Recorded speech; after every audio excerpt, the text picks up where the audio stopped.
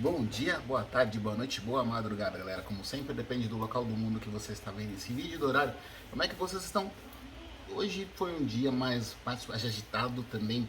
Tirei um pouco de descanso aqui na parte da noite, mas claro, não dá para deixar passar batido, não ter o conteúdo aqui no canal Futijotas, porque tivemos no último domingo clássico paulista, Corinthians e Palmeiras. Um clássico que acabou sem foi muito movimentado pré-clássico, todo o, o que poderia acontecer, né, se o Corinthians conseguiria voltar a vencer o Palmeiras, se o Luxemburgo seria demitido. E acabou que a gente teve um clássico acabou com um 0 a 0 justo, com pouquíssimas chances de gol para os dois lados, um jogo que tecnicamente para mim deixou muito a desejar. Vou falar aqui ao longo desse vídeo para vocês com aquele mais um pós-jogo para o canal Futijotas.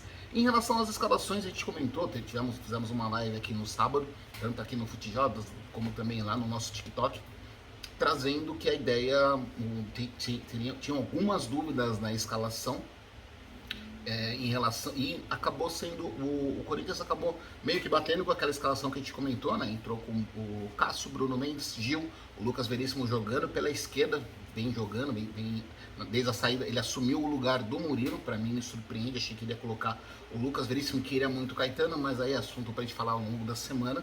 Com o Fábio Santos, o meio de campo com três, bom, assim, hoje dá para pensar em três jogadores de meio campistas, né, jogadores de marcação, mas com qualidade na saída de bola.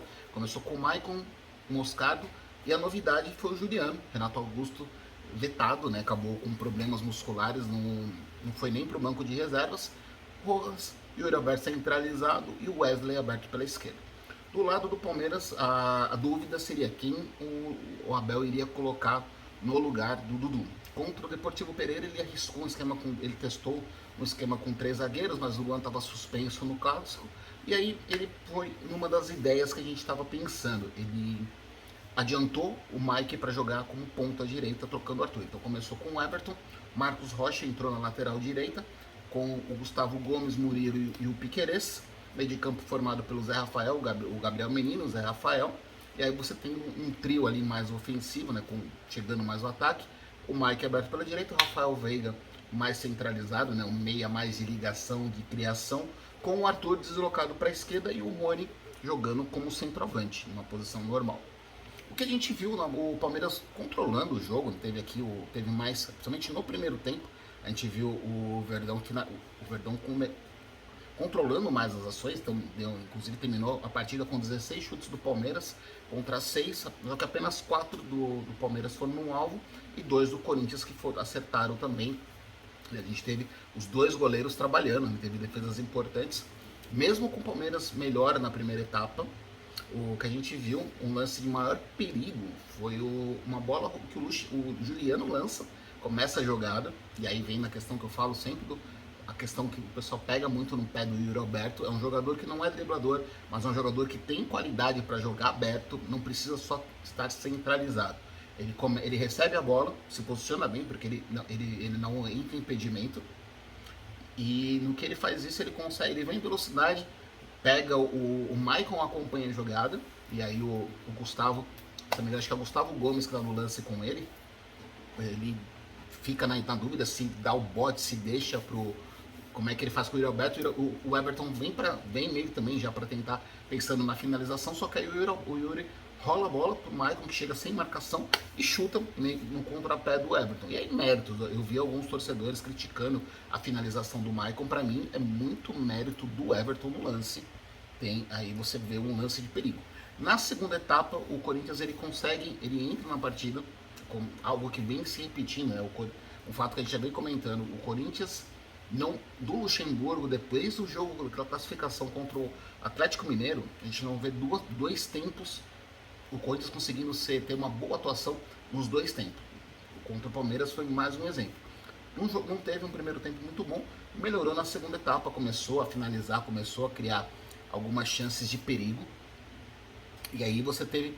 Só que o jogo ficou equilibrado, as mudanças do Corinthians acabaram, por causa de jogadores cansados, acabaram não dando o resultado esperado. O Corinthians perdeu um pouco do seu ímpeto, não conseguiu dar tanto trabalho mesmo, assim, teve acho que um lance de perigo, a gente pode falar do Wesley, que pegou, não, o Wesley não, do Gil, um cabeceio do Gil que ele não consegue colocar, né, não consegue acertar a meta, mas o lance, assim, a gente teve expulsões dos acréscimos, mas um dos lances que chamou a atenção foi uma bobeada do Juan Oliveira, né, errou um passe, aí vem um contra-ataque,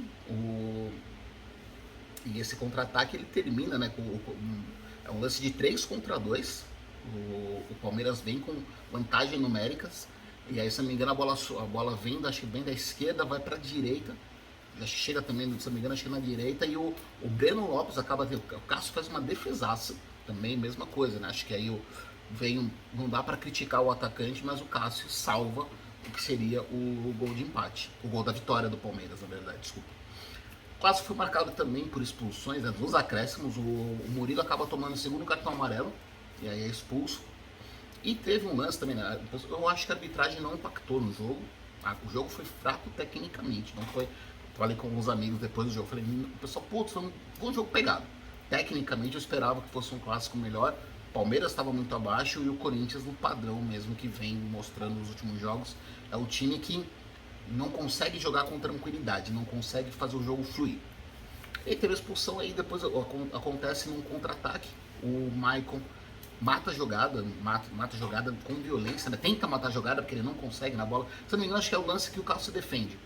Porque aí eu não estou lembrando agora exatamente se foi esse ponto, mas o Maicon acerta o Hendrick de uma forma violenta, tentando matar a jogada.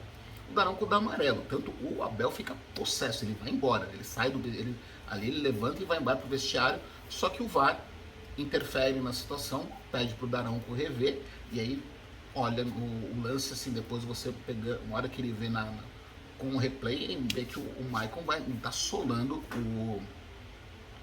o Hendrick. Então foi uma entrada para vermelho, anula o cartão amarelo, vermelho direto para o Maicon. As duas equipes terminam com um jogador a menos.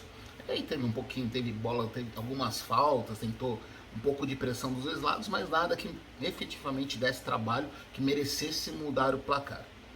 Sobre algumas atuações individuais, acho que a gente dá para elogiar, apesar de terem trabalhado pouco, tanto o Cássio quanto o árbitro, que fizeram duas grandes defesas, uma defesa cada, já começa para a gente poder destacar. Na defesa, a gente pode falar do Gustavo Gomes, acho que ele conseguiu jogar, teve uma boa partida, por mais que também o Corinthians não tenha criado tantas chances com o meio de campo do Corinthians não ter funcionado, e aí também tem muito mérito do Zé Rafael e do Gabriel Menino, apesar de ser um setor que o Palmeiras ainda sofre na marcação. Do lado, dá para falar também o Hendrick, que entrou no segundo tempo pelo Palmeiras e deu um gás ali, acho que inclusive, eu venho batendo essa tecla é outra que eu bato. O Hendrick para mim é jogador que a gente vai ver ele se desenvolver muito, acho que é cedo para falar que ele não deu certo, é um cara muito novo, tem uma pressão, ele vai oscilar, ele vai aprender muito na Europa, ele não vai chegar no Real Madrid com status de estrela, é um cara que vai chegar no Real, vai ter que ir lá pro Real B e vai começar toda uma escalada, vai aprender, tem muito potencial, tem muita técnica, e hoje no clássico, no momento que o Corinthians estava melhor, o Hendrick entrou na partida, entrou em campo e colocou o Palmeiras de novo no jogo. Além do Corinthians, a gente está falando, aí do Corinthians a gente dá para falar o Lucas Veríssimo está se firmando, e a gente já falou bastante sobre isso, que a preocupação com o zagueiro era a condição física dele, se ele iria conseguir, se ele estaria apto para jogar, porque parte técnica ninguém nunca questionou, a gente já falou várias vezes, o Tite queria ter levado ele para a Copa do Mundo, era um dos zagueiros que estava no grupo que iria para a Copa do Catar, mas por conta da parte física, da grave lesão que ele sofreu, ele acabou sendo cortado e inclusive perdeu espaço no Benfica, mas já está ganhando oportunidade. A saída do Murilo me surpreendeu colocar o Lucas Veríssimo na esquerda e ele vem dando conta, inclusive é uma opção, né, do Luxemburgo. Você tem um zagueiro mais técnico, um zagueiro mais rápido para cobrir justamente o lado do Fábio Santos, que a gente já sabe tem toda a questão da velocidade. Então era um receio, eu até comentei na live que você falando sobre isso, na live do pré-jogo, né, no sábado, você tem um lado esquerdo com o Gil e Fábio Santos, deixaria o time muito exposto. Então acertou nessa parte. Gabriel Moscardo, mais uma outra grande atuação, ele e Juliano. Juliano, que eu sei, é outro jogador que eu vejo muito torcedor criticando, mas é um atleta que vem começando a ganhar oportunidades e vem entrando bem nas segundas etapas. Hoje foi um cara que ajudou muito, foi um cara que deu uma desafogada na animação, estava cadenciando bem o jogo, mas cansou na segunda etapa. Aí, porque também esse time do Corinthians hoje, a forma como joga, exige muito na marcação. O Wesley, algumas decisões erradas, mas é um cara que tem muita qualidade no drible também, precisa aprender muito, mas é um cara que o Corinthians precisa lapidar, que pode render muitos frutos. E eu gostei, assim, não vou fazer uma menção pro Yuri Alberto, que acho que ele apareceu bem, ó. A gente poderia estar falando de mais uma assistência do Yuri na temporada, se não fosse o Everton defendeu o chute do Michael. E o Yuri está começando a se soltar dentro de campo, aquilo que eu venho falando, né? A gente tem um Corinthians que hoje tenta trabalhar de uma forma mais coletiva, mas falta um coletivo mais entrosado, falta, assim, não é um jogo, parece aquela engrenagem que está faltando da WD, que ela vai enroscando. O jogo do Corinthians não flui. Como aconteceu também com o Palmeiras, o jogo do Palmeiras não fluiu tanto hoje no Clássico, então acho que isso atrapalha muito na análise dos dois times. Mas é um resultado que, como falar, entre modos feridos salvaram-se todos. O Verdão, ele aumenta a sua sequência invicta, né? Sequência invicta porque, vamos lá, deixa eu pegar rapidinho aqui, galera. Quem acompanha meus vídeos sabe bem disso, né? Eu sempre tô vendo aqui, mas tô vendo o número, tô vendo outras coisas. A última derrota do Verdão foi no contra o Fluminense, no dia 5 de agosto, por 2-1. Depois disso, quer dizer, quase um mês depois, né, porque a gente tem pausa da data FIFA, o Palmeiras, além de não ter perdido, ele emplacou 3, 4, 5, 6, 7 jogos sem levar gol. Então, como fala no hino, né, a defesa que ninguém passa está se mantendo. São 7 jogos seguidos, mais de um mês, que o Palmeiras não sofre gols. Teve aquele gol do Animal que gerou muita polêmica contra o Vasco, mas o fato de os placares são de resultados, são 2 empates seguidos sem gols, mas é aquela coisa, o Palmeiras inclusive perde a oportunidade, diminui ainda mais a diferença para o Botafogo, que perdeu para o Flamengo, então com o empate na Neoquímica Arena, o Verdão diminui a diferença, termina a 22ª rodada com 10 pontos de distância para o líder Botafogo. Pro lado do Corinthians, o resultado, onde vem alguns lados importantes do clássico. Mantém o Luxemburgo no cara, sei que muito torcedor vai odiar justamente essa parte, mas que rolou um burburinho, mas tem alguns detalhes, né? O Corinthians não perde no Brasileirão há 8 partidas, já começa nesse primeiro detalhe, e a última derrota do Corinthians no Brasileirão foi no dia 2 de julho, contra o Red Bull Bragantino. Então são mais de 2 meses que o Corinthians não perde no Campeonato Brasileiro. Vem conseguindo pontuar, vem conseguindo algumas vitórias, mas vem de 3 empates seguidos, então também já liga aquele sinal de alerta, né? O Corinthians deixou de ganhar alguns pontos, inclusive está falando de 2 partidas seguidas na Neoquímica Arena, né? Um empate de 1-1 contra o Goiás e agora um empate sem gols contra o Palmeiras. Mas o clássico acho que era o menos pior, que pesa mais você ter empatado com o Goiás numa partida que não conseguiu jogar, mas são 2 meses que o Corinthians não perde no campeonato, então vem o Palmeiras na segunda posição, 41 pontos. O Corinthians termina a rodada, lembrando que tem um jogo a menos, sempre é bom falar sobre isso, e é o jogo contra o Grêmio, que o Corinthians é o 13º colocado, com 26 pontos ganhos. Então hoje está com a mesma pontuação do Cruzeiro, que empatou com o Red Bull Bragantino, mas tem por conta de um gol, né? O Cruzeiro tem o saldo zerado, e o Corinthians tem um saldo negativo de -1. Então por conta disso, o Corinthians hoje não é o 13º e não o 12º. Só que a hora que a gente começa a olhar para os rivais, né? Eu até pontuei para a galera, porque tem um lado mais uma rodada que eu acabei falando até errado. Mais uma rodada aqui do 6º colocado até o 20º, só um time venceu, que foi o América Mineiro, que venceu o Santos. Então a gente vê, o Botafogo perdeu, o Palmeiras empatou, foi uma rodada repleta de empates também, em jogos ruins também. O Grêmio, Flamengo e Fluminense venceram. Red Bull Bragantino empatou, Atlético Paranaense empatou, Fortaleza perdeu, o Atlético. Então o Corinthians hoje, mesmo com esse ponto que conseguiu na Neoquímica Arena, ele diminuiu a diferença. Eu vou usar o mesmo critério, tem muito torcedor e muito colega jornalista que ainda está batendo na tecla do Corinthians poder ser rebaixado. Então hoje o Corinthians tem 5 pontos de vantagem para o Santos, que perdeu mais uma partida. Só que são 5 pontos de distância para o Atlético Mineiro, que é o 9º colocado. E a gente tem que frisar que o Corinthians tem um jogo a menos, que é na Neoquímica Arena contra o Grêmio. Então, se o Corinthians de repente consegue pontuar vamos dizer assim, quando eles consigam um empate, ele já estaria com 27 pontos, hoje seria o 12º colocado, com 4 pontos de distância, por exemplo, do Atlético Mineiro. E 5 pontos por Fortaleza, que é o 8º colocado. E o Corinthians, na volta da data FIFA, tem um jogo complicado. Pega o Fortaleza, mas você consegue vencer, é um confronto direto, onde o Corinthians pode... A diferença hoje que é de 6 pontos para o rival, para o Fortaleza, viraria uma diferença de 3 pontos no confronto direto. Então, eu continuo bancando essa parte em relação do Timão. Para mim, é um time que vai lutar. Não tem problema, não tem que ter medo do rebaixamento, por conta que tem muito time jogando mal no Brasileirão. A gente está falando, é uma rodada onde do 6º ao 20º colocado, um time venceu.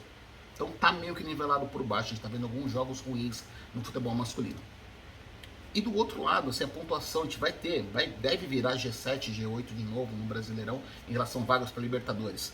E a gente está falando que hoje o Corinthians está perto do 9º colocado. Tinha diminuído a diferença na outra rodada que eu falei. Está perto do 10º colocado. Hoje a gente está falando que está perto do 9º colocado. Então dá para pensar nisso. Do lado do Palmeiras, né, pra gente aqui para fechar o vídeo, o Verdão vem com essa sequência, e aí comparando com os últimos jogos do Botafogo, você vê que o Verdão tá começando a criar um pouco de barulho no Botafogo, né? O Palmeiras, nos últimos... A campanha é meio parecida, né? Porque o Palmeiras veio do derrota com o Fluminense, tinha a chance de emplacar, né, a quarta vitória seguida, venceu 3 partidas e empatou com o Corinthians.